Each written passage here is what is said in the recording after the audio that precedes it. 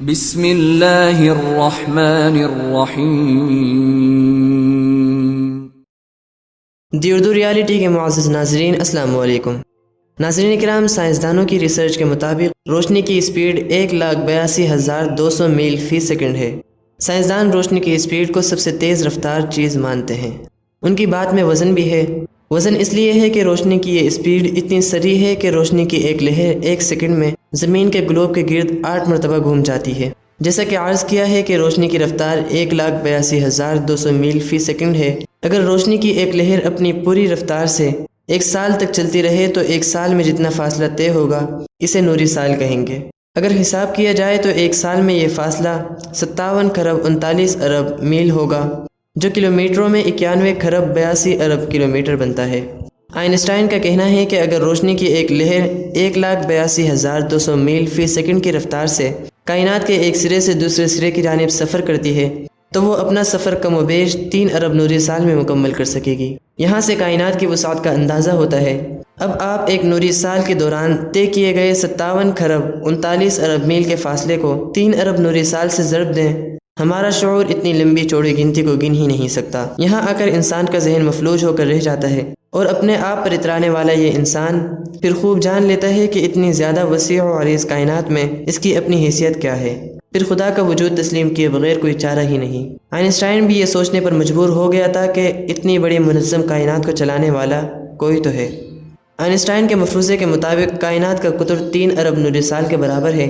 Einstein نے یہ بھی کہا ہے کہ اگر اس عظیم کائنات کے کسی گوشے میں کھربوں ستاروں پر مشتمل کوئی کہکشاں کریش ہو جائے یا دفعتاً بکھر جائے تو کائنات میں موجود ایک قوت یعنی قوت جاذبہ کی لہریں آنن فانن اپنا رد عمل ظاہر کرتی ہیں اور نظام کائنات کا بیلنس قائم رہتا ہے۔ اگر ایسا نہ ہو تو کائنات کے کسی گوشے میں اپنی عمر پوری کر کے فنا ہونے والا ستارہ یا سیارہ اپنی موت کے ساتھ کائنات میں ایسا ارتعاش پیدا کرے گا جس کی بنا پر یہ سارا نظام درہم برہم ہو جائے۔ سائنسدانوں کا کہنا ہے کہ قوت جاذبہ کی لہروں کی رفتار اتنی زیادہ ہے کہ یہ کائنات کے ایک سرے سے دوسرے سرے تک سڈنلی پہنچ جاتی ہیں۔ دنیا کے موجود سائنسدان اب تک اسی قوت جاذبہ کی لہروں کو کائنات کی سب سے تیز رفتار چیز مان رہے ہیں، لیکن کچھ لہریں ایسے بھی ہیں کہ قوت جاذبہ کی لہروں سے بھی انتہائی زیادہ سریع السیر اور بہت زیادہ تیز رفتار ہیں۔ ان کی اسپیڈ اتنی زیادہ اور تیز ہے کہ کائنات کے بہت سے دور دراز زمانی و مکانی فاصلے نہ صرف ان کی گرفت میں ہیں بلکہ یہ لہریں ان فاصلوں کو درخور اعتنا ہی نہیں سمجھتی۔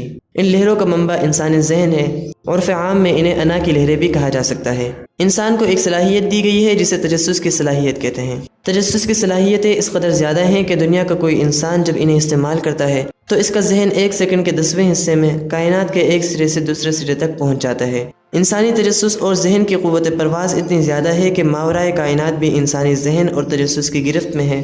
بہت زیادہ قابل غور بات یہ ہے کہ قرآن مجید میں تقریباً 750 آیات ایسی ہیں کہ جن میں کائنات پر تفکر، تسخیر، سوچ و بچار اور غور و فکر کی دعوت دی گئی ہے، کیونکہ جب ہم ریسرچ، تفکر اور تجسس کی صلاحیتیں استعمال کرتے ہیں تو لا محالہ ہمارے ذہن ماورائے کائنات میں موجود دور البرا ہستی یعنی اللہ تعالیٰ کی طرف چلا جاتا ہے۔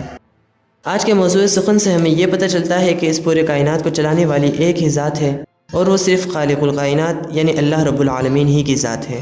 آخر میں دعا ہے کہ اللہ رب العزت ہمیں اس کائنات پر تفکر، تسخیر، سوچ و بچار اور غور و فکر کی مزید توفیق عطا فرمائے اور ہمارا خاتمہ ایمان پر فرمائے۔